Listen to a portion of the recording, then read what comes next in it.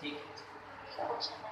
हाँ अंजलि की डाउट है ना, बोलिए।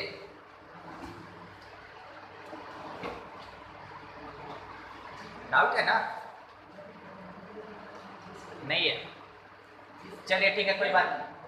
अगर डाउट नहीं है तो थोड़ा आगे बढ़ जाते हैं, ठीक है। आदित्य आप तो टेंजेंट नॉर्मल पढ़ रहे थे, ठीक है, इधर ही आगे बढ़िए। टेंजेंट नॉर्मल पढ़ रहे हैं, अब उसी में आज सेकंड क्लास।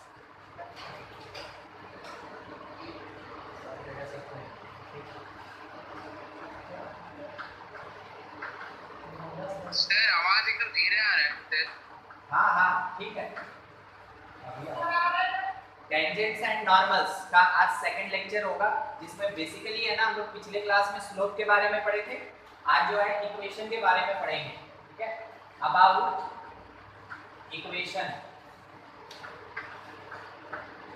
तो इसमें जैसे आप इक्वेशन का अगर बात करते हैं तो सबसे पहला चीज कि इक्वेशन ऑफ टेंजेंट क्या होता है। जैसा पिछले क्लास में हम लोग देखे थे कि अगर हम लोग को रिक्वायरमेंट होता है स्लोप ऑफ टेंजेंट का, तो हम लोग बोलते हैं वन टाइम डेरिवेटिव जो होगा वो स्लोप ऑफ टेंजेंट प्रोवाइड करेगा, वो स्लोप ऑफ टेंजेंट देगा। अब रह गया सवाल कि इक्वेशन किसको कहते हैं या इक्वेशन निकालेंगे कैसे। तो आपको ये बताया गया था कि टेंजेंट जो होता है वो एक टाइप का स्ट्रेट लाइन होता है। टेंजेंट क्या होता है? एक टाइप का स्ट्रेट लाइन होता है।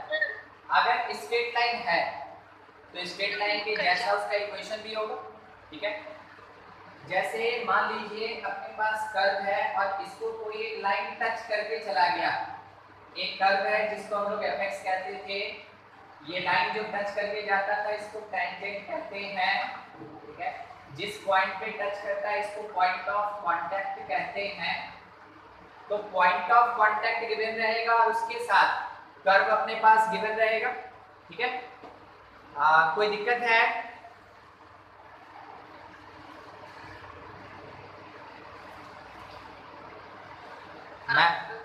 मैं पूछ साहिद, कोई दिक्कत है? नहीं, चलिए ठीक। तो वैसे केस में क्या करते हैं कि हम आपका चैट बंद कर देते हैं, ये YouTube का क्लास नहीं है, थोड़ा ध्यान रखिएगा। चैट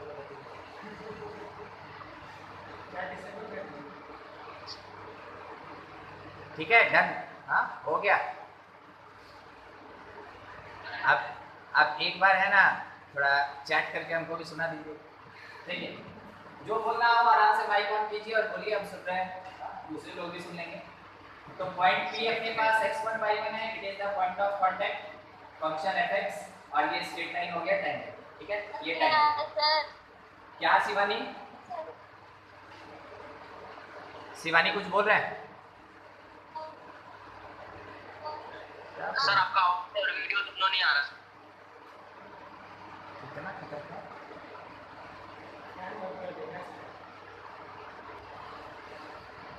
देखिए, जो स्लोप ऑफ टेंजेंट होता है वो dy by dx होता है, यानी कि स्ट्रेट लाइन का अगर आपको इक्वेशन चाहिए तो हम क्या लिखेंगे, y minus y1 that is slope time x minus x1।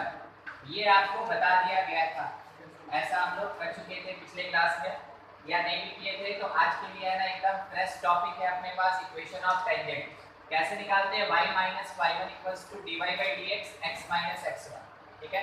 इस तरीके से कैलकुलेट करते हैं, थोड़ी देर कंसीडर कीजिए, वो ठीक हो जाएगा अपने, ठीक है।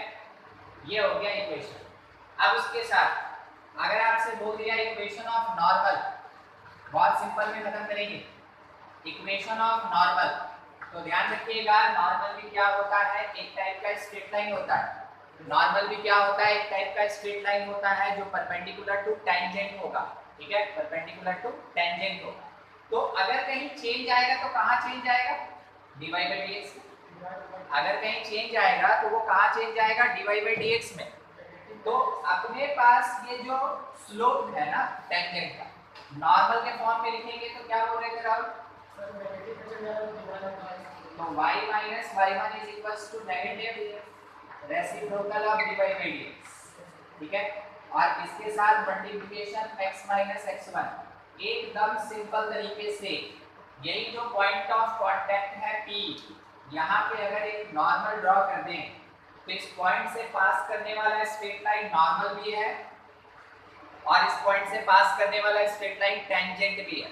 तो टेंजेंट और नॉर्मल दोनों इस पॉइंट P से पास हो रहा है, इस कारण से वन पॉइंट फॉर्म में इसको यूज करेंगे। और जहां पे आप इक्वेशन ऑफ टेंजेंट निकाल रहे हैं तो स्लोप ऑफ टेंजेंट यूज करेंगे, और जब आप इक्वेशन ऑफ नॉर्मल निकाल रहे हैं तो वहां पे स्लोप ऑफ नॉर्मल यूज करेंगे। ठीक है, ये चीज एकदम हल्का होता है, क्वेश्चन कहीं घुमाएगा तो वो केवल और केवल कहां घुमाएगा, स्लोप में, बाकी कहीं घूमता है। ठीक है, मान लीजिए जैसे आपके पास ऐसा प्रोवाइडेड है कि find equation of normal, find equation of normal passes through 1, 2 and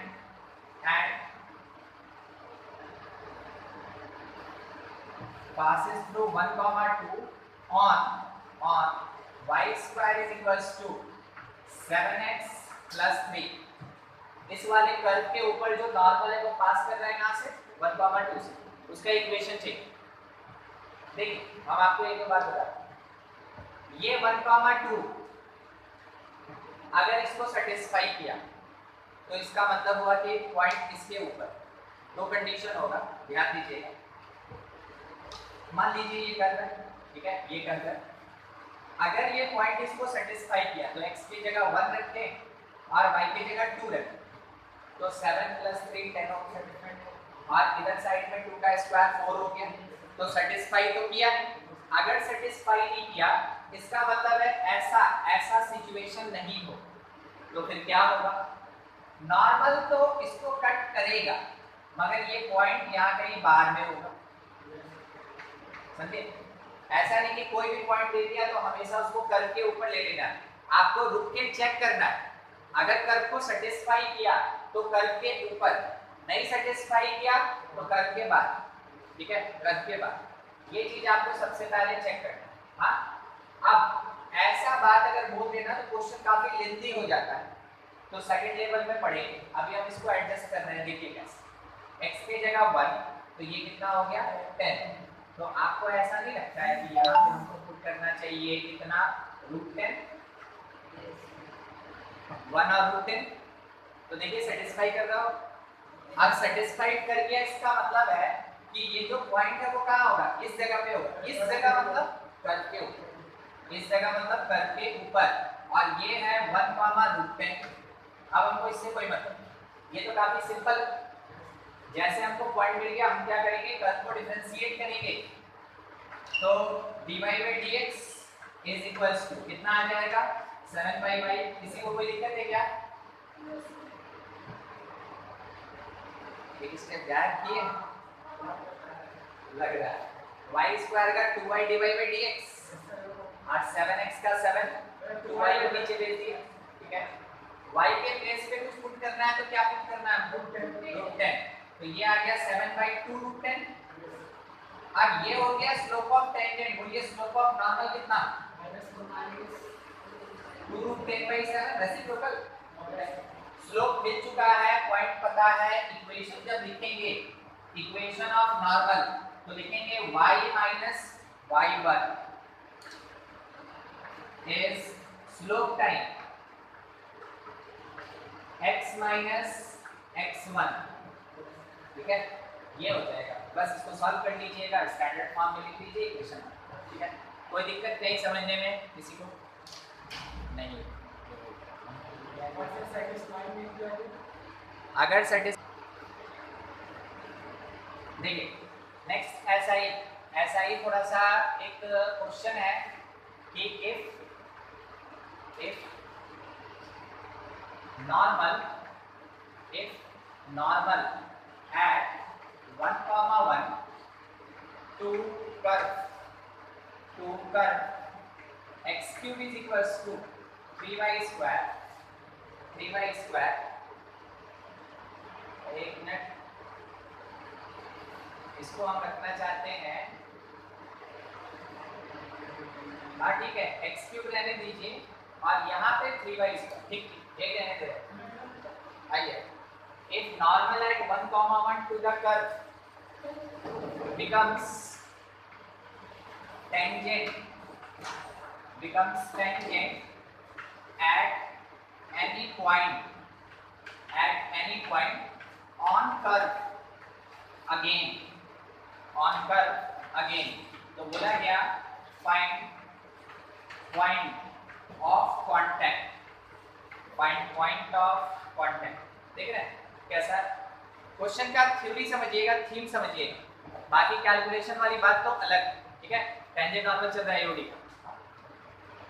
तो इफ नॉर्मल एट 1, 1 नॉर्मल कहां पे 1, 1 पे कौन से कर्व पे x³ = 3/2। तो सबसे पहला चीज है ना कि अपने आप को थोड़ा सा यहाँ पे होल्ड में डालिए। बनाने का तरीका यही सब होता है, ऐसा नहीं है पूरा क्वेश्चन एक लाइन लिखे बन गया आंसर आ गया टिक मार दिए चल गए, नहीं, स्टेप बाय स्टेप। क्या डाटा दिया, कर्व दिया, पॉइंट दिया, नॉर्मल का बात किया, तो पहले यही 2 लाइन सफिशिएंट है for the equation of normal, ठीक है। तो पहले इक्वेशन ऑफ नॉर्मल निकालें, स्टेप बाय स्टेप लेके चलिए, काफी फास्ट हो जाइएगा। यहां से डिफरेंशिएट कर दिए, कितना मिल गया हम लोग को, 6/dy/dx = 3x²। जब हम y के प्लेस पे 1 पुट करेंगे और x के प्लेस पे 1 पुट करेंगे तो हमको स्लोप ऑफ टेंजेंट कितना मिलेगा, 1/2, ठीक है। तो हमको स्लोप ऑफ नॉर्मल कितना मिलेगा, नेगेटिव रेसिप्रोकल -2 मिल गया। तो हमको इक्वेशन ऑफ नॉर्मल कितना मिलेगा, दैट इज y - y1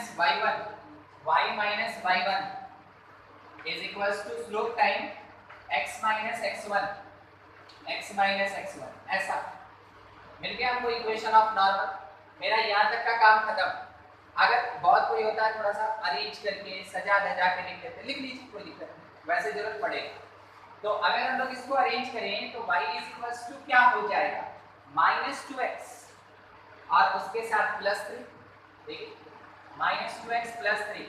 मेरे कैलकुलेशन को रीचेक करते चलिएगा, कहीं गलती होगा हमको तुरंत बताइए। आगे इक्वेशन ऑफ नॉर्मल। अब सिचुएशन क्या है इसके आगे का थोड़ा ये सुनिएगा कि कोई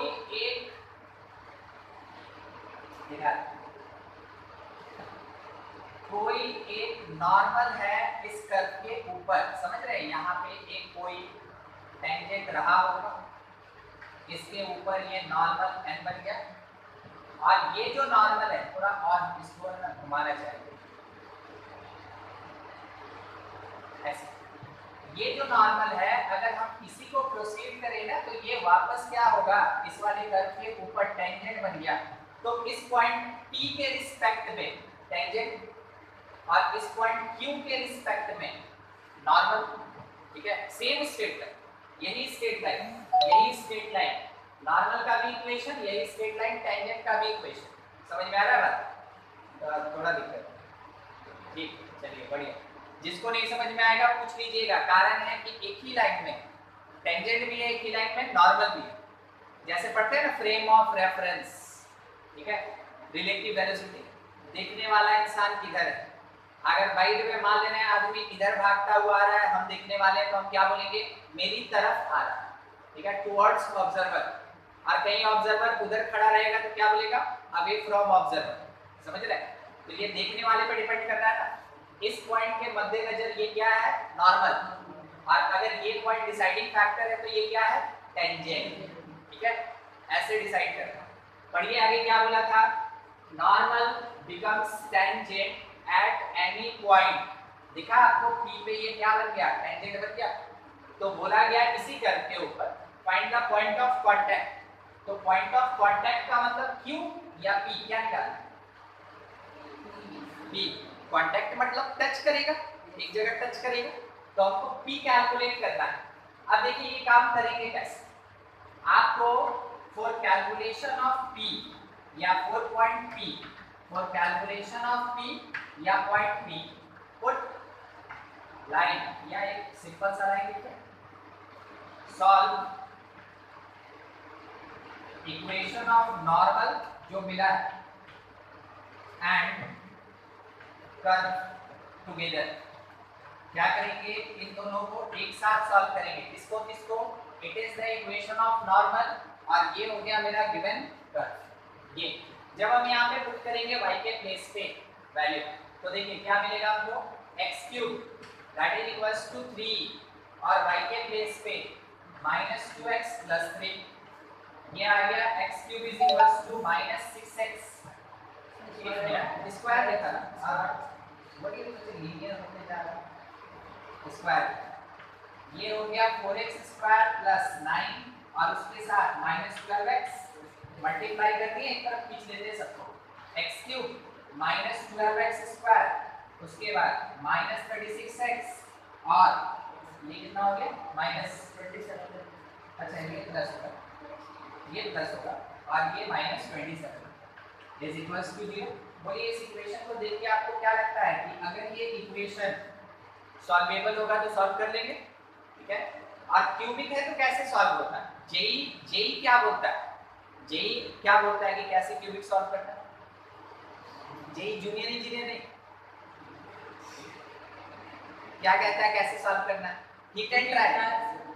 आपके जेई में, जेई एडवांस तक के सिलेबस में क्यूबिक को सॉल्व करने के लिए बस एक ही मेथड है, हिट एंड ट्राई।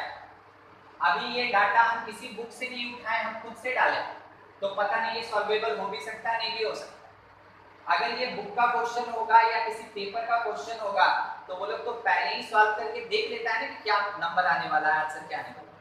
तो समझ रहे हैं, यहाँ तक पहुंचना समझ रहे हैं। इसके आगे है ना कोई टेंजेंट नॉर्मल का कॉन्सेप्ट नहीं है, इक्वेशन सॉल्व करके x निकालेंगे और कर्व में पुट करेंगे या इस लाइन में पुट करेंगे y निकालेंगे, ठीक है। मान लीजिए जैसे यहाँ से, मान लीजिए फिर से बोले लेंथ में, ठीक है। मान लीजिए आपको यहाँ से x अगर मिल गया 2, ठीक है, जस्ट अज्यूम कि ये 2 मिल गया, तो उस 2 को जब आप यहाँ पुट कीजिएगा तो y क्या मिलेगा, -1। तो x2 और y -1 is the coordinate of this point of contact P। Concept समझना है, आंसर से तो आज तक आपको कोई बात नहीं, ठीक है। किसी को दिक्कत है समझने में कि कैसे बना, स्कूल में इतना बड़ा नहीं पूछता है, बोर्ड में इतना बड़ा नहीं पूछता, उसमें सीधा बोलेगा find the equation of tangent, निकाल दिए ना, ताली।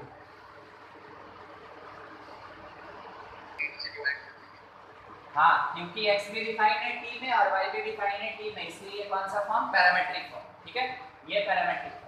अब हम लोग को क्या करना है ना कि इस पैरामीट्रिक फॉर्म से सबसे पहले टेंजेंट का बात है तो इसका स्लोप निकालना होगा। तो हम लोग जानते हैं क्या स्लोप ऑफ टेंजेंट dy/dx होता है, और शायद आपको कोई दिक्कत नहीं हो अगर हम ऐसे लिख दें तो dy/dx हुआ क्या, देखिए सबसे पहले y को डिफरेंशिएट करेंगे t के रिस्पेक्ट में तो 3 आएगा, और उसके बाद x को डिफरेंशिएट करेंगे विद रिस्पेक्ट टू t तो ये 40 + 1 हो गया, और उसके बाद dy/dt/dx/dt वो लिखिए, ठीक है। इतना ये मिल गया हम लोग को स्लोप ऑफ टेंजेंट। मगर स्लोप ऑफ टेंजेंट अभी t के फॉर्म में है ना, ये वेरिएबल है, कांस्टेंट फॉर्म में निकालना हो तो काम कौन देगा, ये लाइन देगा। ये लाइन क्यों काम देगा, क्योंकि ये पैरेलल है किसके साथ, टेंजेंट के साथ। अगर दो स्ट्रेट लाइन पैरेलल होता है, दोनों के बीच क्या रिलेशन, दोनों पैरेलल, दोनों का स्लोप इक्वल होता है, दोनों का स्लोप क्या होता है, इक्वल। तो स्लोप ऑफ लाइन, कोई बताएगा यहाँ से लाइन का स्लोप सुन के लिखना चाहते हैं, सर स्लोप इसको 1/2 -1/2 आएगा, और -1/2 आएगा, 1/2 आएगा सर 1/2 आएगा, यस सर। हाँ हम भी वही बोलते 1/2, ये नहीं रहा, ठीक है 1/2 ये हो गया slope of line. Slope of line -x -2y है, x -2y x + 2 x minus है वो, सर देख ही नहीं रहा। हाँ हाँ सर वो माइनस में कंफ्यूजन थोड़ा। इसको जानते क्या बोलते हैं, फिजिक्स में रिफ्रैक्शन क्या है। देखिए slope of line is 1/2, scattering of light होने के कारण जो मिटाए थे ना वो दिख रहा था प्लस के जैसे, ठीक है। तो slope of line is half, तो लाइन और टेंजेंट दोनों का स्लोप इक्वल हो जाएगा, यहाँ से t कैलकुलेट कर सकते हैं इसी।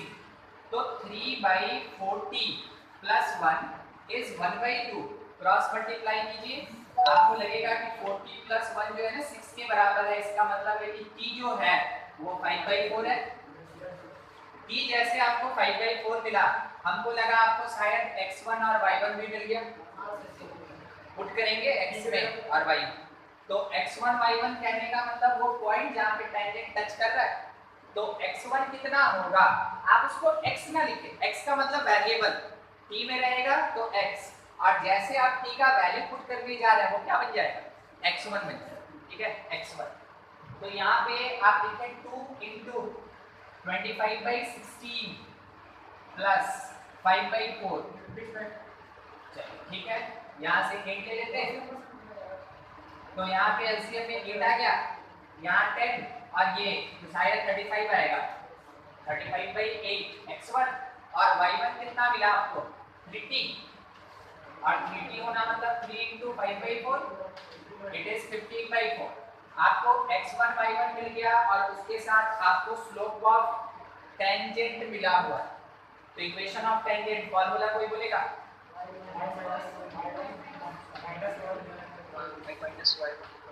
dy by dx x minus x1, क्या पुट करें, y1 के प्लेस पे 15/4, स्लोप के प्लेस पे 1/2, x1 के प्लेस पे 35/8। आप आगे का काम आपका रह गया, आराम से इसको सॉल्व करके स्ट्रेट लाइन की तरह लिखिए, ठीक है। कहीं दिक्कत किसी को भी होगा जरूर पूछिएगा।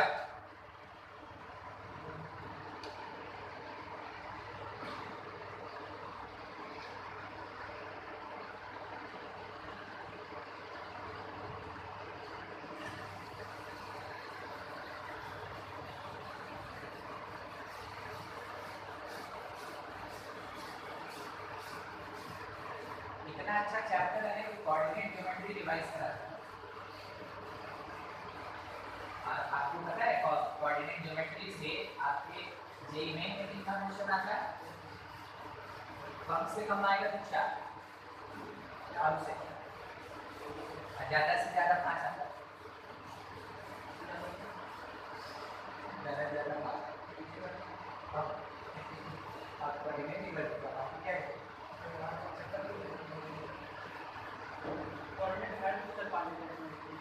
हाँ, तो उसमें हाइपरबोला को उतना वैल्यू नहीं देता लोग, कारण ये तो कॉम्प्लिकेटेड है ना, तो हाइपरबोला को उतना वैल्यू नहीं देता।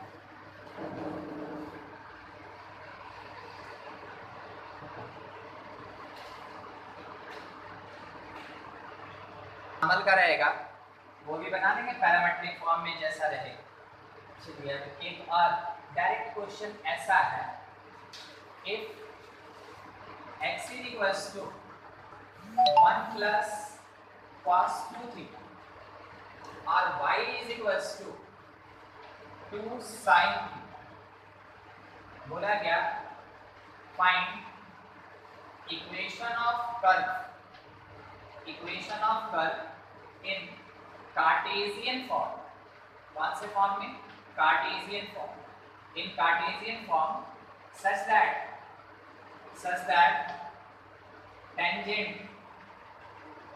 such tangent परपेंडिकुलर लिखा है यहाँ पे, perpendicular to line x minus y plus 1 equal to, ठीक है, and equation of tangent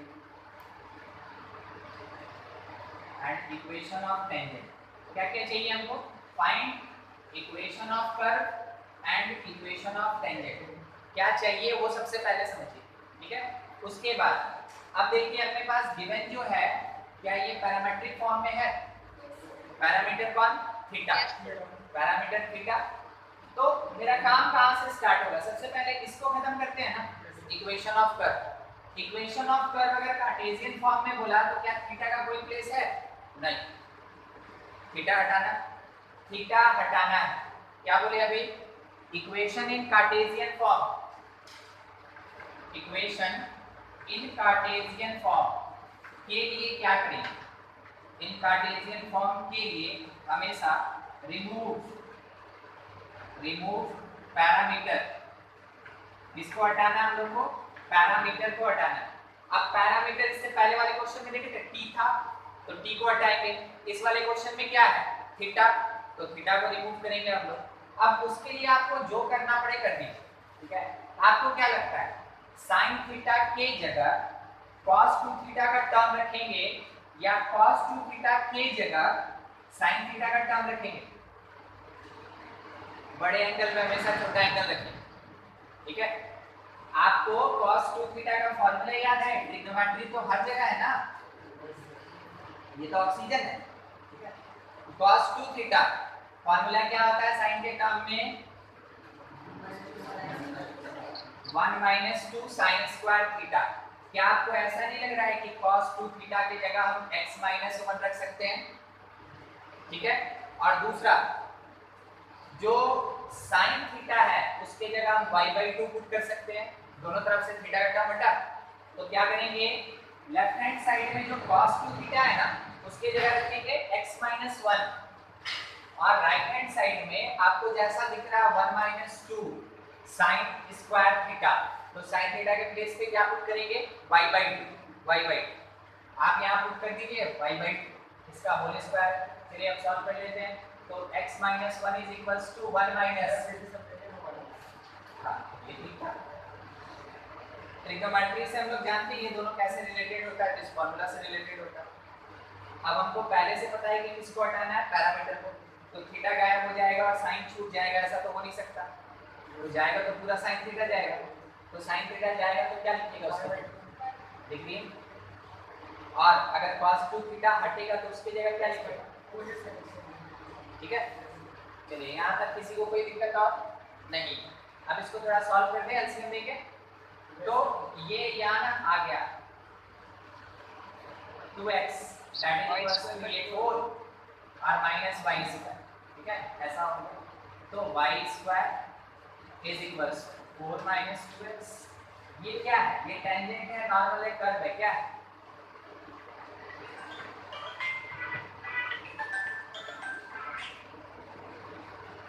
क्या है ये, अरे ये कर्व है।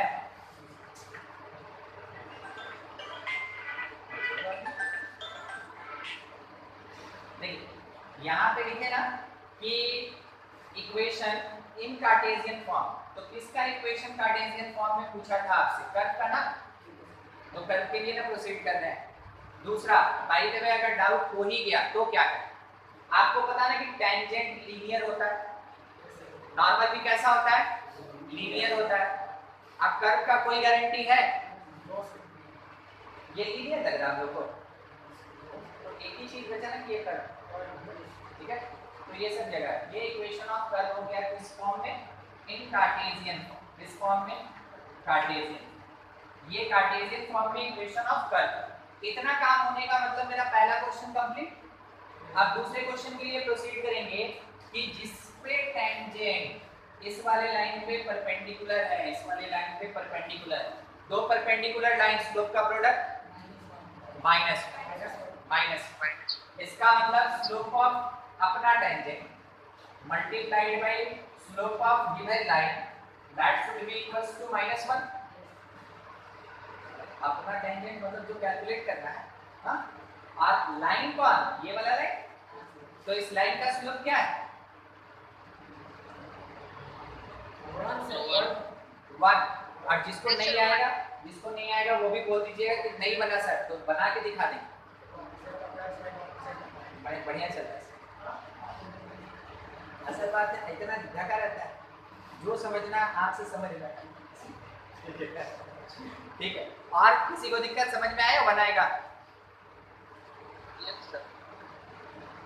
चलिए। तो इसके प्लेस पे जैसे 1 पुट करेंगे तो स्लोप ऑफ टेंजेंट कितना मिल जाएगा आपको, -1, स्लोप ऑफ टेंजेंट -1, स्लोप मिल गया, ठीक है। इसको डिफरेंशिएट, एक मिनट रुकिएगा, हेलो, अभी के टाइम में जानते खाली पढ़ाना नहीं है, चतुर्मुखी विकास चाहिए। स्लोप ऑफ टेंजेंट कैसा, -1। अब आप ये बताइए इस कर्व को डिफरेंशिएट करके dy by dx निकालना चाहते हैं, एक लाइन में dy by dx खाली बताइए बस, dy by dx बताइए बस,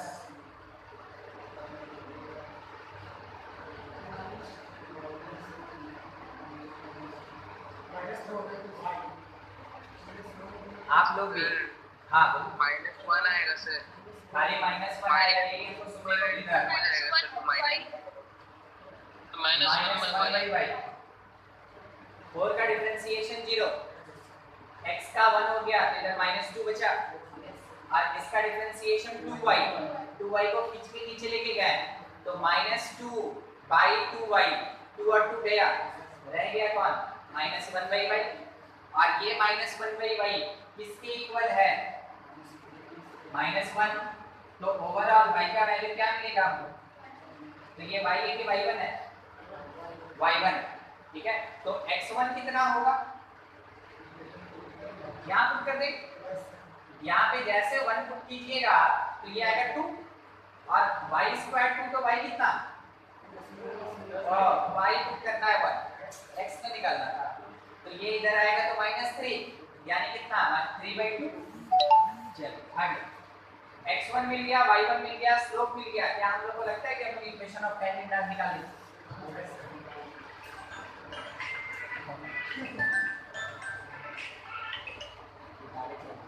देखिए इक्वेशन ऑफ टेंजेंट कितना होगा, y minus y1 that is slope time x minus x1, तो y1 के प्लेस पे क्या पुट करना है आपको 1, और x1 के प्लेस पे क्या पुट करना 3/2, और स्लोप के प्लेस पे क्या पुट करना -1, तो y माइनस यहाँ पे 1 ये slope time -1 time x minus x1 के प्लेस पे हम लोग क्या पुट करेंगे 3/2 सॉल्व करके लिख लीजिएगा। ये हो गया आपका इक्वेशन ऑफ टेंजेंट, और यहाँ पे था आपका कार्टेशियन इक्वेशन ऑफ कर्व, ठीक है। नोट करते चले, कहीं भी किसी स्टेप में कोई डाउट जरूर पूछ लेंगे।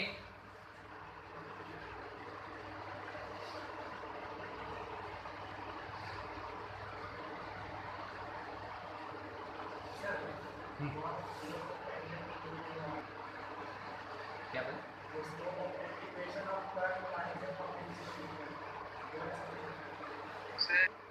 बोर्ड पे आप लिख रहे हैं क्वेश्चन, ट्राई कीजिएगा खुद से। क्वेश्चन है if x is equals to 3t plus 2, y is equals to 2t minus 1, बोला गया find equation of curve in Cartesian form, तो सर ये कौन सा फॉर्म है, it is called parametric form, given किस में है पैरामेट्रिक में, और रिक्वायरमेंट किस में रखा है कार्टेशियन में, ठीक है। Cartesian form and find point of intersection, थोड़ा बढ़ा जाए, ठीक है, point of intersection of tangent and normal, ठीक है, सच दैट, खत्म नहीं हुआ, such that tangent parallel to x plus y minus 1 equal to 0। अब जाके क्वेश्चन, ठीक है। क्वेश्चन हम लोग के पास क्या दिया हुआ है कि सबसे पहले पैरामेट्रिक फॉर्म में, और पैरामेट्रिक फॉर्म में अगर दिया तो उसको कन्वर्ट करने के लिए बोला गया कौन से फॉर्म में, उसको कार्टेशियन फॉर्म। अभी बताए थे पहला क्वेश्चन आपका यही खत्म हो जाएगा, ठीक है, आंसर निकल गया। दूसरी बार आप क्या करेंगे, पॉइंट निकालना है किसका, इंटरसेक्शन, टेंजेंट और नॉर्मल का, तो आप ना टेंजेंट का इक्वेशन निकाल लीजिए, ठीक है। टेंजेंट का इक्वेशन निकालने के लिए आपको तरीका पता है, इसका dy/dx जो होगा वो इसके स्लोप के बराबर होगा, वहां से x निकल गया तो x1 और y1 आ जाएगा। उतना आने के बाद अब आपकी इच्छा, आप नॉर्मल निकाल के पॉइंट ऑफ इंटरसेक्शन निकालें या दूसरा तरीका भी, तो वो आप पे हम छोड़ दिए ताकि हम देखना चाहते हैं कि आप सोचते क्या, ठीक है। कंप्लीट कीजिए और थोड़ा जल्दी जल्दी बनाइएगा, हमको स्टेटमेंट से कोई मतलब नहीं है। बोलिए बोलिए बोलिए सुभजीत। -1 ये तो इसको 3 3 से मल्टीप्लाई करेंगे तो -3 हो जाएगा ना ना 2, ये अच्छा आंसर 2, -1 आया। फाइनल आंसर आ गया, देखिए 2, -1 फाइनल आंसर आ गया। चलिए अब हम भी प्रोसीड करते हैं आगे। बनाने का 2-3 तरीका है, आपको उसमें से जो अच्छा लगे आप अडॉप्ट कर सकते हैं। देखिए इसके बाद का बात है कि हमको टेंजेंट चाहिए, तो हम क्या करेंगे कि कर्व तो मिल ही गया है, कर्व मिल गया, डिफरेंशिएट करेंगे तो dy बाई dx आएगा। एक लाइन में बोलिए dy बाई dx 2/3 मिल गया हमको, ठीक है ये ला दिए हैं, इससे बढ़िया बात और चलिए dy बाई dx हो गया 2/3, ठीक है। ये हो गया स्लोप ऑफ टेंजेंट। यहाँ से आप चाहे तो इक्वेशन ऑफ टेंजेंट निकाल सकते हैं। कैसे निकाल सकते हैं?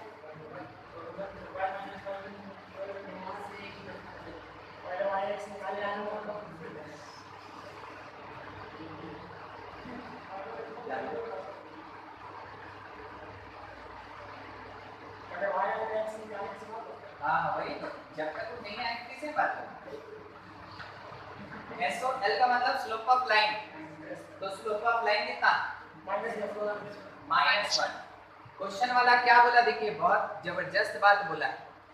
क्वेश्चन वाला क्या बोला? Tangent is parallel to this line. क्या ये दोनों बराबर है? नहीं। No sir. तो मेंशन करेंगे कि since slope of given line is not equals to the slope of tangent, therefore no point possible। क्या होगा? कोई भी पॉइंट पॉसिबल नहीं हो, ठीक है, कोई भी पॉइंट पॉसिबल नहीं हो। आंसर क्या होता है ऐसे केस में? नन ऑफ दिस, ठीक है।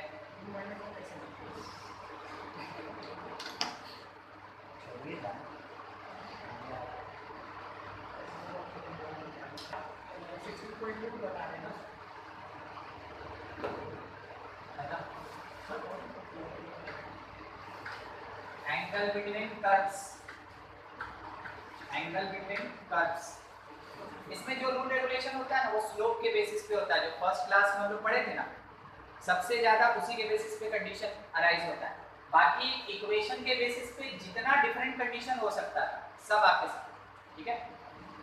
एंगल बिटवीन कर्व्स, ये ना स्ट्रेट लाइन का ही कॉन्सेप्ट है, मगर थोड़ा सा क्या करना है कि dy बाई dx का यूज है, इसलिए यहाँ पे पढ़ना थोड़ा सा कोशिश कीजिएगा, समझ गया ना किस चीज का कोशिश करना है। वही एक कर्व ऐसे है और एक कर्व ऐसे, आपको दिखा है यहाँ पे कट कर रहा है, नाम दे देते हैं। एक कर्व ऐसे है, लेट बी C1, फिर एक कर्व इधर आ गया C2, कर्व 1 कर्व 2। तो कर्व 1 का मतलब अपने गिवन का जो पहला फंक्शन है, और कर्व 2 का मतलब हो गया अपना जो गिवन रहेगा फंक्शन, इसका ये दूसरा फंक्शन, या तो y के टर्म में रहेगा नहीं तो fx के टर्म में रहेगा, ठीक है ऐसा। अब देखिए ये पॉइंट हुआ, ये पॉइंट, तो ये पॉइंट का पूरा नाम क्या है?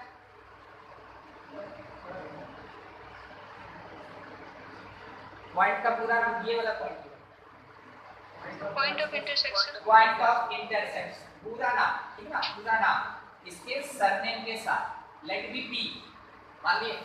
अब इस P पे क्या है ना कि आपको टेंजेंट ड्रॉ करना है, स्पेशल है। P पे हमको क्या करना है? टेंजेंट ड्रॉ करना है। तो टेंजेंट पॉइंट पे नहीं होता, टेंजेंट कर्व के ऊपर। तो सबसे पहले C1 पे हम ड्रॉ किए इस टाइप, जरूरी नहीं है कि यहाँ से जाएगा, समझते हैं ना, ये यहाँ से गया मतलब हाथ का कलाकारी, जरूरी नहीं है यहाँ से जाए, ठीक है।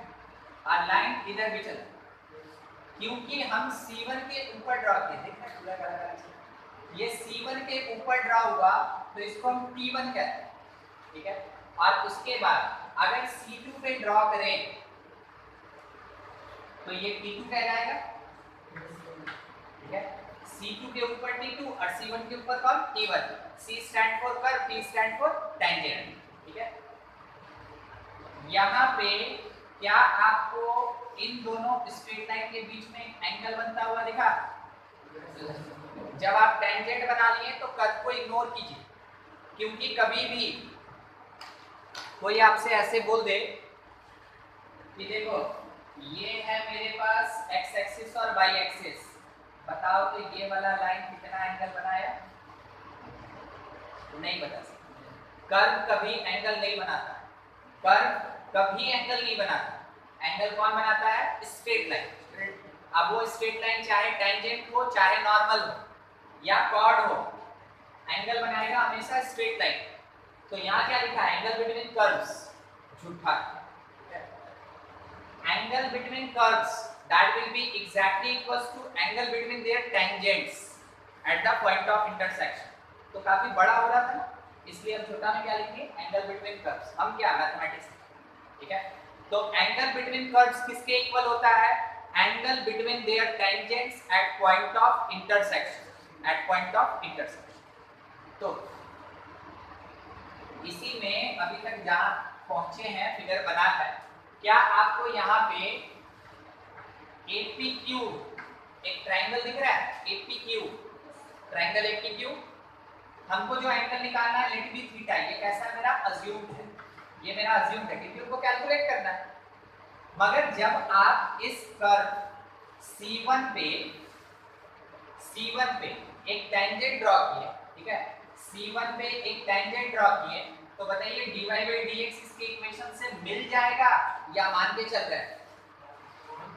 मिल जाएगा। ये अगर गिवन है तो स्लोप भी तो गिवन है। अगर कर्व का इक्वेशन दिया हुआ है y = 2x, क्या आपको dy by dx मानना पड़ेगा कि आप निकाल लीजिए 2 हो, ठीक है। तो अगर कर्व का इक्वेशन दिया है, इसका मतलब स्लोप हमको पता है, स्लोप हमको पता है, यानी it is given, it is given, ठीक है। अगर स्लोप हमको पता है तो हम लोग जानते हैं स्लोप का फॉर्मूला tan थीटा होता है। तो tan थीटा पता और tan थीटा पता है, इसका मतलब थीटा भी पता है, ठीक है। कुल मिला के हम आपको कहां ले जाना चाहते थे कि अगर इक्वेशन ऑफ कर्व आपके क्वेश्चन में गिवन है, इसका मतलब है कि यहाँ जो एंगल बन रहा है θ2 और यहाँ जो एंगल बन रहा है θ1, ये गिवन है। θ1 θ2 गिवन। क्या आपके क्वेश्चन में डायरेक्ट दिया रहेगा? नहीं, कर्व दिया रहेगा, वहां से हम निकालेंगे, ठीक है। अब इन ट्रायंगल नाम क्या है? APQ। क्या आपको θ2 एक्सटीरियर एंगल दिख रहा है? एक्सटीरियर, और वो सम ऑफ फेस इंटीरियर के बराबर होगा। सम ऑफ फेस इंटीरियर क्या लिखेंगे कि जो θ2 है that will be equals to θ plus θ1। निकालना क्या था? थीटा। तो हम लोग क्या लिखेंगे? Theta is equals to θ2 minus θ1, ऐसे। मगर हमको एग्जैक्ट थीटा पता रहेगा तो 45 में से 30 माइनस करके 15 नहीं निकाल लेंगे, यही खत्म। मगर हम क्या बोले, आपके क्वेश्चन में एंगल नहीं देगा, आपके क्वेश्चन में क्या दिया रहेगा? Curve, curve. तो आपको कर्व के बेसिस पे अगर कुछ चाहिए तो थीटा नहीं रहेगा, क्या रहेगा वहां पे? tan theta. तो आप tan लेंगे दोनों side, taking tan both side. Right side में क्या आपको tan a माइनस b का फॉर्मेट दिख रहा है? फॉर्मूला लगा देंगे। मान लीजिए आदित्य हम आपसे फॉर्मूला पूछ लेंगे तो पूरा मान लीजिएगा, तो बोलिए एक बार।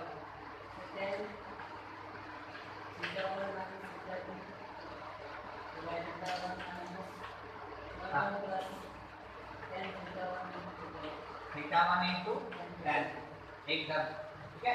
पता है ये tan के फॉर्म में लिखने पे ना इसका लैंग्वेज ही बदल गया। अब ये एंगल नहीं रहा, ये क्या बन गया? स्लोप। ये क्या बन गया? स्लोप। किसका स्लोप? नॉर्मल का, टेंजेंट, टेंजेंट। तो अगर जरूरत होगा तो हम इस tan थीटा को लिखेंगे dy by dx of second curve C2। समझ रहे हैं? tan थीटा 2 मतलब slope of tangent to the curve C2, ठीक है, सेकंड कर्व। दूसरा यहां क्या लिखे? Of first curve C1 division में 1 plus dy by dx of C2 और into dy by dx of C1, ठीक है, C1। ये आया tan थीटा का वैल्यू, और इसको आप मॉड में लेके चलिएगा। कारण है ना, कारण है, कारण है। देखिए अगर ये थीटा हुआ तो इन दोनों के बीच देखिए यहाँ पे भी एक एंगल बन रहा है, ये अगर थीटा तो ये कितना पाई माइनस थीटा, अंदर वाला एक्यूट तो बाहर वाला ऑब्ट्यूज, अंदर वाला ऑब्ट्यूज तो बाहर वाला एक्यूट हो जाएगा, इसलिए आप यहाँ पे मॉड लेके चलेंगे जिसके कारण प्लस माइनस मिला। यहाँ से फाइनली आप थीटा फाइंड कर लीजिएगा कि क्या होगा। अरे मान ले रहे हैं tan थीटा यार आ गया √3, तो थीटा कितना होगा पाई/3। अगर tan थीटा हमको मिल गया 2 तो थीटा कितना होगा tan इनवर्स 2। जिसका एंगल जानते हैं एंगल लिखेंगे, नहीं जानते tan इनवर्स करके लिख देंगे, ये अपना आंसर। ठीक है, ऐसे एंगल निकालना, ये बोलने का बात है कि ऐसे एंगल निकालना। एक बार आप नोट कर लीजिए, क्वेश्चन दिखाते हैं तब पता चलेगा कैसे एंगल निकालना। नोट करते चलिए, कहीं दिक्कत है पूछ लेंगे। मॉड डालने प्लस माइनस ताकि आप हर बार क्या करें ना एक्यूट एंगल ही रेफरेंस उसी का होता है।